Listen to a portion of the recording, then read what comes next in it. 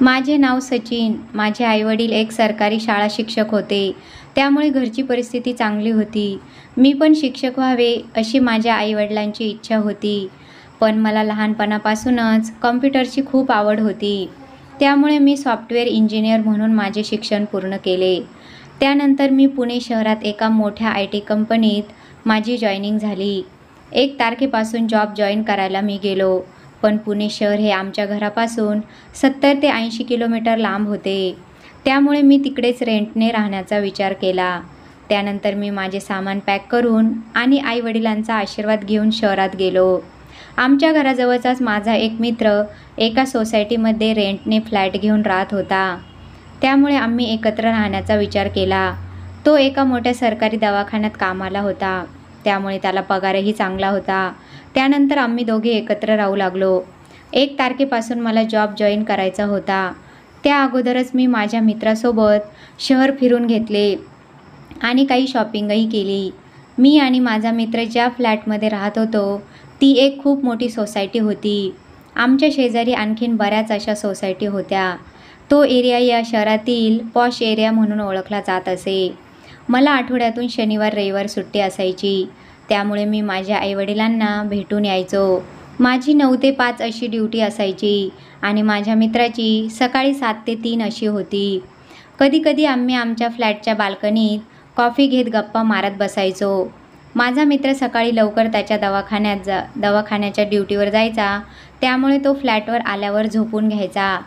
पण मला बाल्कनीत बसण्याची सवय झाली होती. मी माझ्या ऑफिसमधून आमच्या फ्लॅटवर आल्यावर फ्रेश होऊन मस्त कॉफी पीत बाल्कनीत बसायचो. एक दिवस मी माझ्या ऑफिसमधून आमच्या फ्लॅटवर आलो आणि फ्रेश होऊन कॉफी पीत बाल्कनीत बसलो होतो. तेव्हा माझे लक्ष रस्त्याच्या पलीकडच्या सोसायटीवर गेले. एक मुलगी तिच्या फ्लॅटच्या बाल्कनीत बसून माझ्याकडेच एकटक पाहत होती. सुरुवातीला मला वाटले की हा माझा गैरसमज आहे, पण जेव्हा ते रोज घडू लागले तेव्हा मला खात्री पटली की ती माझ्याकडेच पाहते. यापूर्वी माझ्या आयुष्यात प्रेम आणि मुली कधीच आल्या नाहीत, कारण आईवडील शिक्षक असल्यामुळे घरात नेहमी स्ट्रिक्ट अभ्यासाचे वातावरण असायचे. त्यामुळे या गोष्टीला मला कधी वेळ देताच आला नाही. पण मी माझे शिक्षण पूर्ण झाल्यावर ठरवले होते की चांगला जॉब आणि त्यासोबतच एक चांगली माझी गर्लफ्रेंड असावी आणि त्यानंतर संसार, कारण हे प्रत्येक मुलाचे स्वप्न असते. आता मला असे वाटू लागले की कदाचित माझ्यासारखीच ती देखील प्रेमाच्या शोधात असावी. आता मी रोज टाईमपास न करता माझ्या ऑफिसमधून संध्याकाळी 5:30 वाजता आमच्या फ्लॅटवर यायचो आणि फ्रेश होऊन बाल्कनीत येऊन बसायचो. मी बाल्कनीत आल्यानंतर अवघ्या 5-10 मिनिटांनी तीसुद्धा त्यांच्या बाल्कनीत यायची आणि ती तिच्या बाल्कनीतल्या खुर्चीवर बसून माझ्याकडेच बघायची. कधी आम्ही दोघे एकमेकांकडे बघायचो तर कधी हसायचो. आमच्या फ्लॅटमधलं अंतर इतकं होतं की आमचा आवाज एकमेकांपर्यंत पोहोचू शकत नव्हता. सुरुवातीला मला वाटले की मी वेडा झालो आहे, पण नंतर हळूहळू मला ती आवडू लागली. जवळपास तासभर आम्ही दोघे असेच एकमेकांकडे बघत बसायचो. मग ती आत जायची आणि कधीकधी तिथे कोणीतरी माणूस यायचा. कदाचित ते तिचे वडील असावेत. त्यांना बघून मी आत पळून जायचो आणि आमच्या खिडकीतून त्यांना लपून बघायचो. मग ते दोघे थोडा वेळ गप्पा मारून आत जायचे. या विकेंडला मी माझ्या आईवडिलांकडे न जाता तिला त्यांच्या सोसायटीच्या शेजारच्या रस्त्यावर भेटण्याचे ठरवले, जेणेकरून मी तिच्याशी बोलू शकेन. दुसऱ्या दिवशी संडे असल्यामुळे मी एक छान टी-शर्ट घातला आणि तिला भेटायला त्यांच्या सोसायटी जवळच्या रस्त्यावर गेलो. मी बराच वेळ तिथे वाट पाहत उभा होतो, पण ती काही खाली आली नाही. मग त्याच दिवशी आम्ही सायंकाळी भेटलो. ते एकमेव ठिकाण म्हणजे ती बाल्कनी. आमचे सतत एकमेकांकडे पाहणे. सुरुवातीला या सर्व गोष्टी मी माझ्या मित्राला न सांगण्याचा प्रयत्न केला, पण हळूहळू त्याला कळू लागले. आता तो मला वेगवेगळे प्रकारचे सल्ले देत होता. तो मला म्हणायचा की तुला तिच्यासोबत या गोष्टी पुढे न्यायच्या आहेत, याची जाणीव त्या मुलीला तू करून द्यावी लागेल. तुम्ही दोघे अजून किती दिवस बाल्कनीतून एकमेकांकडे बघत राहणार. त्यानंतर दुसऱ्या दिवशी त्याने मला आणखीन एक सल्ला दिला, तो म्हणजे त्या मुलीला दुर्बिणीतून पाहण्याचा, जेणेकरून मला त्या मुलीचा चेहरा स्पष्ट दिसेल आणि तिला हे देखील स्पष्ट होईल की तुला ती आवडते. पुढच्या 3-4 दिवसात त्याने माझ्यासाठी ऑनलाईन दुर्बीण मागवली, पण माझ्यात हिंमत होत नव्हती. मला वाटले की तिच्या घरातील लोकांनी कोणी पाहिलं तर आमची प्रेम कहाणी सुरू होण्याआधी संपेल. हा क्रम असाच चालू राहिला. तिला बाल्कनीत पाहून माझ्या मनाला आनंद होत होता, पण आता मलाही या गोष्टी पुढे न्यायच्या होत्या. मग माझ्या मित्राने मला आणखी एक कल्पना दिली. तो सरकारी दवाखान्यात असल्यामुळे त्याला अनेकदा लोकांच्या घरी जाऊन विचारावे लागायचे की जर तुमच्या घरात लहान मूल असेल तर त्याला तुम्ही पोलिओ डोस दिला आहे, आणि जर नसेल दिला तर जवळच असलेल्या सरकारी दवाखान्यात पोलिओ डोस द्या. अशी कामंसुद्धा त्याला पोलिओ डोसच्या वेळी करावी लागायची. म्हणून तो मला म्हणाला की आपण त्या निमित्ताने त्यांच्या बिल्डिंगमध्ये जाऊ, म्हणजे तुला तिला जवळून पाहता येईल आणि तुझी तिच्याशी ओळखही होऊन जाईल. पण माझे मन अजूनही अस्वस्थ होते. तिला भेटून मिळणारा आनंदही संपुष्टात येईल का, असे प्रश्न माझ्या मनात येत होते. पण आता भेटणे गरजेचे झाले होते. मला तिला बघायचं आहे हे तिलाही कळायला हवं. शेवटी मुलगी असल्याने ती कशातही पुढाकार घेऊ शकत नाही, आणि ती कधी बिल्डिंगच्या खालीसुद्धा येत नव्हती. शेवटी मी माझ्या मित्राशी सहमत झालो आणि आम्ही दोघे रविवारी त्यांच्या बिल्डिंगमध्ये पोहोचल्यावर लिफ्टमधून 6व्या मजल्यावर त्यांच्या फ्लॅटसमोर गेलो. त्यानंतर माझ्या पोटात अनेक फुलपाखरे उडू लागली असा मला भास होऊ लागला. मला वाटत होतं की तिनेच दार उघडावे अशी माझी इच्छा होती. माझ्या मित्राने त्यांच्या दारावरची बेल वाजवली आणि एका वयस्कर व्यक्तीने दरवाजा उघडला. मी अंदाज पकडला की कदाचित ते आपले सासरे असावेत. माझा मित्र त्याचे रटाळ शब्द बोलू लागला. ते म्हणाले, नाही, आमच्या इथे कोणी लहान मुलं वगैरे नाही. त्यानंतर त्यांनी दरवाजा लावून घेतला. मग माझ्या मित्राने पुन्हा त्यांच्या दारावरची बेल वाजवली. सासऱ्यांनी दार उघडले आणि म्हणाले, आता काय हवंय? माझ्या मित्राच्या गळ्यात त्याचा आयडी होतं, त्यामुळे त्यांनी आम्हाला हॉलमध्ये बोलावले. आत गेल्यावर मला वाटले ती दिसेल, पण तसे झाले नाही. त्यांनी आम्हाला पाणी प्यायला दिले आणि म्हणाले, छान काम करताय तुम्ही. प्रत्येक लहान मुलाला पोलिओ डोस मिळालाच पाहिजे. ते माझ्या मित्रासोबत बोलण्यात व्यस्त होते आणि मी घराचे निरीक्षण करत होतो. बेडरूमचे दरवाजे बंद होते. कदाचित ती बेडरूममध्ये असावी आणि ती आता मला बघायला बाल्कनीत जाईल. तेव्हा मला तिच्या घरात पाहून तिला आश्चर्य वाटेल. आता वेळ झाली होती आणि बेडरूमचा दरवाजा उघडला. तिला समोर पाहून माझ्या हृदयाचे ठोके बंद झाले.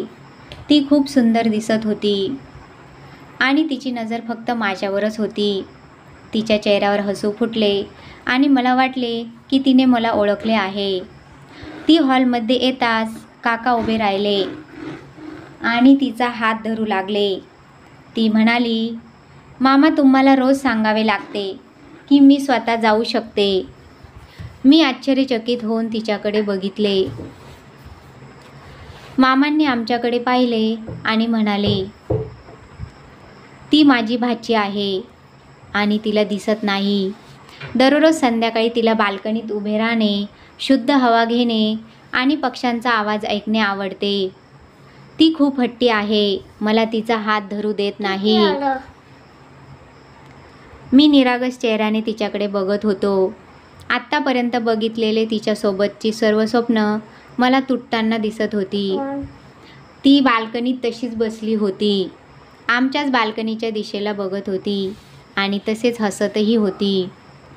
त्यानंतर आम्ही तिथून परत आलो, पण हे ऐकून आम्हाला दोघांनाही खूप वाईट वाटलं.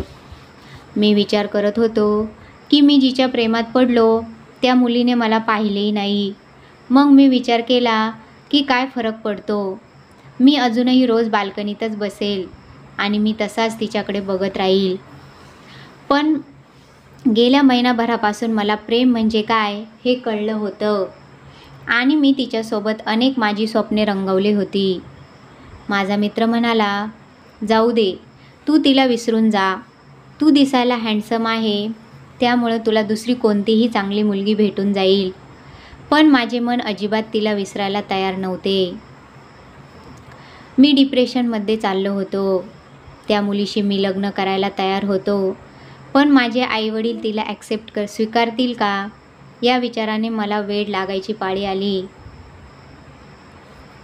मी अस्वस्थ झाल्यामुळे माझा मित्रही चिंतेत पडला होता.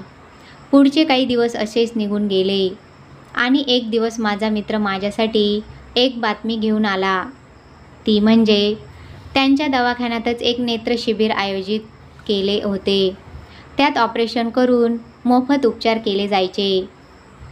त्यामुळे माझ्या मित्राने मला आणखीन एक सल्ला दिला, तो म्हणजे आपण पुन्हा तिच्या घरी जाऊ आणि तिच्या मामाला या गोष्टी पटवून देऊ. यावेळीही मला त्याची गोष्ट पटली आणि आम्ही पुन्हा तिच्या फ्लॅटसमोर गेलो. यावेळी त्यांच्या फ्लॅटची मी बेल वाजवली आणि तिच्या मामांनी दार उघडले.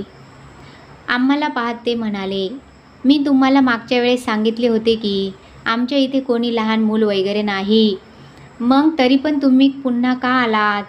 यावर माझा मित्र म्हणाला, मामा, आम्ही ज्या सरकारी दवाखान्यातून आलो आहोत तेथे नेत्र शिबिर आयोजित केले आहे.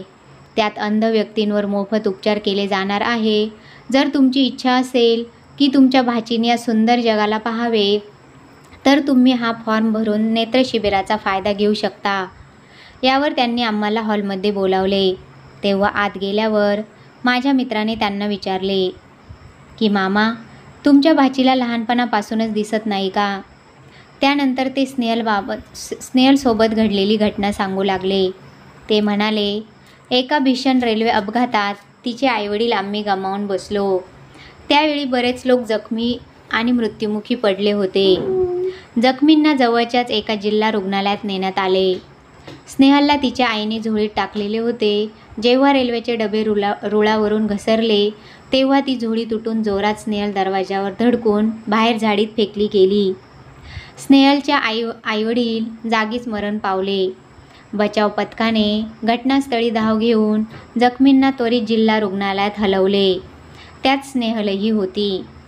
त्यानंतर पोलिसांनी जखमींच्या नातेवाईकांना कळवायला सुरुवात केली. तेव्हा मला त्यांचा कॉल आला. पोलिसांचा फोन येताच मी त्वरित रुग्णालय गाठले. तिथे गेल्यावर मला डॉक्टरांनी सांगितले की स्नेहलचा एक हात फ्रॅक्चर आहे आणि काही बॉडी इंजुरीजसुद्धा आहे. घाबरण्याचं काही कारण नाही. त्यावेळी स्नेहल 3 वर्षाची होती आणि ती बेशुद्ध अवस्थेत होती. पण जेव्हा ती शुद्धीवर आली तेव्हा तिच्याबद्दल ऐकून माझ्या पायाखालची जमीन सरकली. कारण ती रेल्वे डब्यातून बाहेर फेकल्यामुळे स्नेहलची दृष्टी गेली होती. त्यानंतर जवळपास 2 महिन्यांनी डॉक्टरांनी रुग्णालयातून स्नेहलला डिस्चार्ज दिला आणि मी तिला माझ्या घरी घेऊन आलो. त्यानंतर मी तिला अनेक दवाखान्यांमध्ये दाखवले, पण डॉक्टरांनी सांगितले की ती लहान असल्यामुळे तिचे ऑपरेशन होऊ शकत नाही. पण जेव्हा ती मोठी झाली तेव्हा मी तिचे 2 वेळेस ऑपरेशन केले, पण दोन्ही वेळेस ऑपरेशन फेल गेले आणि माझे त्यात खूप पैसेही गेले. त्यानंतर मी पुन्हा कधी स्नेहलचे ऑपरेशन करण्याचा प्रयत्न केला नाही आणि जवळच अंध व्यक्तींसाठी असलेल्या एका शाळेत तिचे ॲडमिशन केले आणि आता तिने तिथून तिचे शिक्षण पूर्ण केले आहे. 2 वेळेस ऑपरेशन करूनसुद्धा ते फेल गेले. यावेळी तिचे ऑपरेशन सक्सेस होईल याची काय गॅरंटी? यावर माझा मित्र म्हणाला, मामा, आणखीन एकदा प्रयत्न करायला काय हरकत आहे आणि आता आम्ही तुमच्यासोबत आहोत. त्यानंतर त्यांनी पुढे काही न बोलता फॉर्म सही करून ऑपरेशन करण्यासाठी सहमती दर्शवली. त्यांनी आम्हाला एक प्रश्न केला, तो म्हणजे तुम्ही दोघे आमची का मदत करत आहात? मग माझा मित्र म्हणाला, याचे उत्तर योग्य वेळी तुम्हाला भेटून जाईल. त्यावेळी मी थोडा घाबरलो होतो. मग मी मनात विचार केला की मला चांगल्यापैकीची नोकरी आहे आणि मी दिसायलाही चांगला आहे. त्यासोबतच मी चांगल्या फॅमिलीतून आहे. मग माझे घाबरण्याचे काही कारण नव्हते. आणि 2 दिवसांनी आम्ही स्नेहलला दवाखान्यात घेऊन गेलो. त्यानंतर डॉक्टरांनी स्नेहलला दवाखान्यात ॲडमिट करून घेतले आणि दुसऱ्या दिवशी स्नेहलचे ऑपरेशन करण्यात आले. 5 दिवसांनंतर तिच्या डोळ्यांवरची पट्टी काढण्यात येणार होती. मी खूप चिंतेत राहू लागलो, पण माझा मित्र मला धीर देत होता की आपण चांगले काम करत आहोत. डॉक्टरांसोबतच देवांवर पण विश्वास ठेव, सर्व काही व्यवस्थित होईल. त्यानंतर कसेबसे ते 5 दिवस निघून गेले आणि तो दिवस आला. आज स्नेहलच्या डोळ्यावरची पट्टी काढण्यात येणार होती. त्यावेळी स्नेहलचे मामा म्हणाले, हे ऑपरेशन सक्सेस झाले असेल की नाही हे मला माहीत नाही, पण जर सक्सेस झाले तर तिने सर्वात आधी तुम्हाला पाहावे. यावर माझ्या मित्राने मला पुढे केले आणि म्हणाला, मामा, मी तुम्हाला बोललो होतो ना, आम्ही तुम्हाला मदत करायचे उत्तर योग्य वेळी सांगेल. तो माझ्याकडे बोट दाखवत म्हणाला. मामांना आता सर्व काही समजून गेले होते. डॉक्टरांनी स्नेहलच्या डोळ्यावरची पट्टी काढली आणि स्नेहलला हळूहळू डोळे उघडायला सांगितले. तेव्हा स्नेहलने तिच्यासमोर सचिनला पाहिले. ऑपरेशन सक्सेस झाले होते याचा आनंद तिथे असलेल्या सर्वांना झाला. स्नेहलने तिच्या मामांना त्यांच्या आवाजावरून ओळखले. त्या दोघांच्या डोळ्यात आनंद अश्रू होते. त्यानंतर स्नेहलने तिच्या मामाला विचारले की हे दोघे कोण आहेत.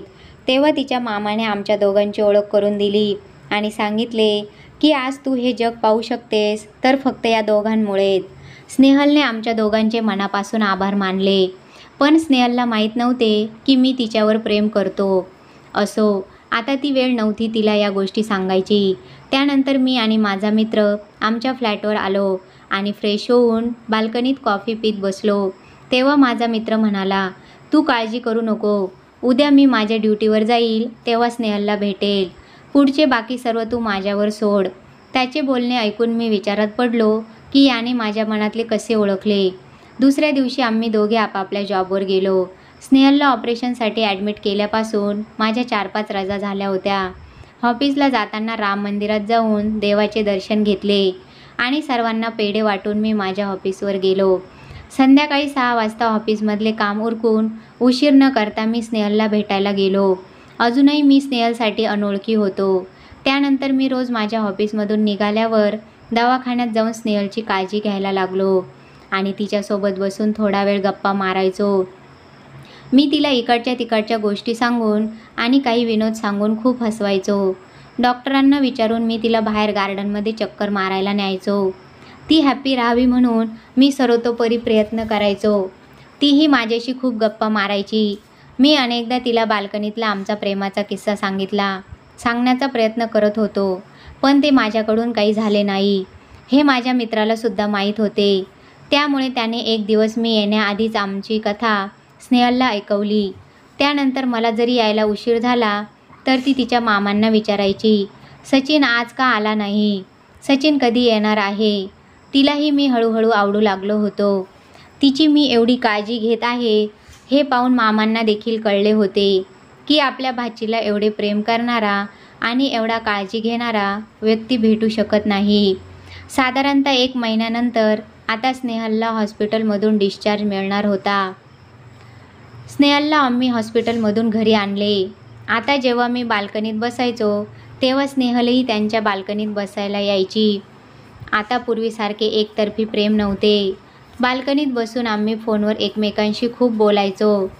जवळपास 1 महिन्यानंतर मी माझ्या घरी गेल्यावर मी माझ्या आईवडिलांपासून काही लपवू शकलो नाही.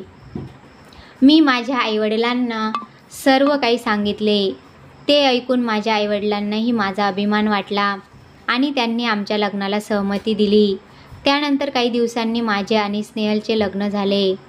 आता मी आणि स्नेहल व माझे आईवडील आम्ही सर्व एकत्र शहरात राहत आहोत.